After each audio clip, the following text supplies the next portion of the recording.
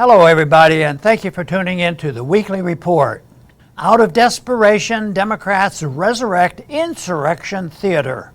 This week, U.S. gasoline prices hit an average of $5 per gallon, an all-time high.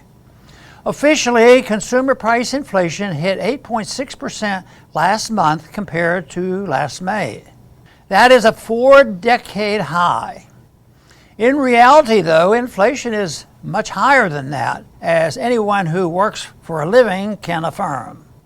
On the foreign front, the U.S. closer to nuclear war with Russia than at any time since the Cuban Missile Crisis. The Biden administration's policy seems to be urging Ukraine to fight Russia down to the last Ukrainian. Even the mainstream media is now desperately trying to correct its Ukraine is winning false narrative. The most recent polls have President Biden with a record low approval rate, and Democrats in Congress are bracing for a real beating in the midterm elections in just under 6 months. With 83% of those polled this month by ABC News citing the economy as an extremely or very important issue in determining how they will vote in November, time may be running out for a Democrat-controlled House and Senate. With so much going wrong in areas Americans are most worried about, the Democrats have, for some reason, decided that the ticket to electoral success in November is to bring back Insurrection theater in the form of new hearings on the events of January 6, 2021. The House January 6 committee even hired former ABC News President James Goldston to make a show of this month's primetime hearings. That makes sense because, like all mainstream media productions, these hearings have had nothing to do with getting at the truth behind the events of January 6th and everything to do with trying to drum up more partisan anger and fear. What we won't see in the hearings is any of the 14,000 unreleased hours of surveillance.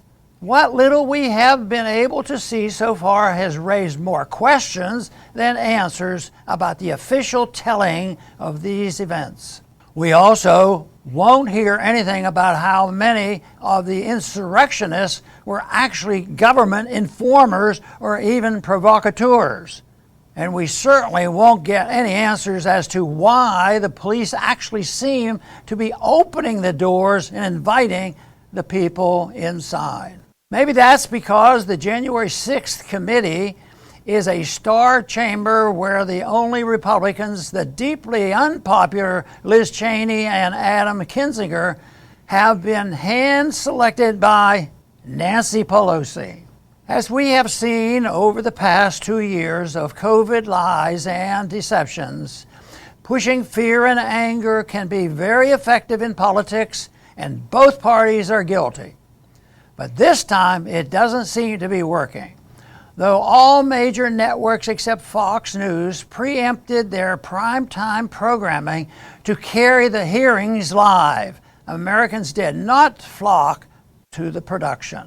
While the low-ranked MSNBC and CNN did see a boost in viewers, the Democratic Party production hardly took the U.S. viewing audience by storm. As the Daily Caller reported, CBS News' Capitol Assault hearings had 3.6 million total viewership and 780,000 in the 25 to 54 demographic, according to TV series Finale.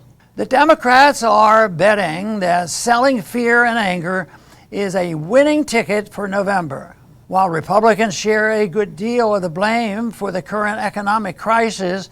Pretending it's all the Democrats' fault will likely bring in big returns. Meanwhile, no one at all wants to talk about how the Fed, with the participation of Congress, is leading us to economic disaster.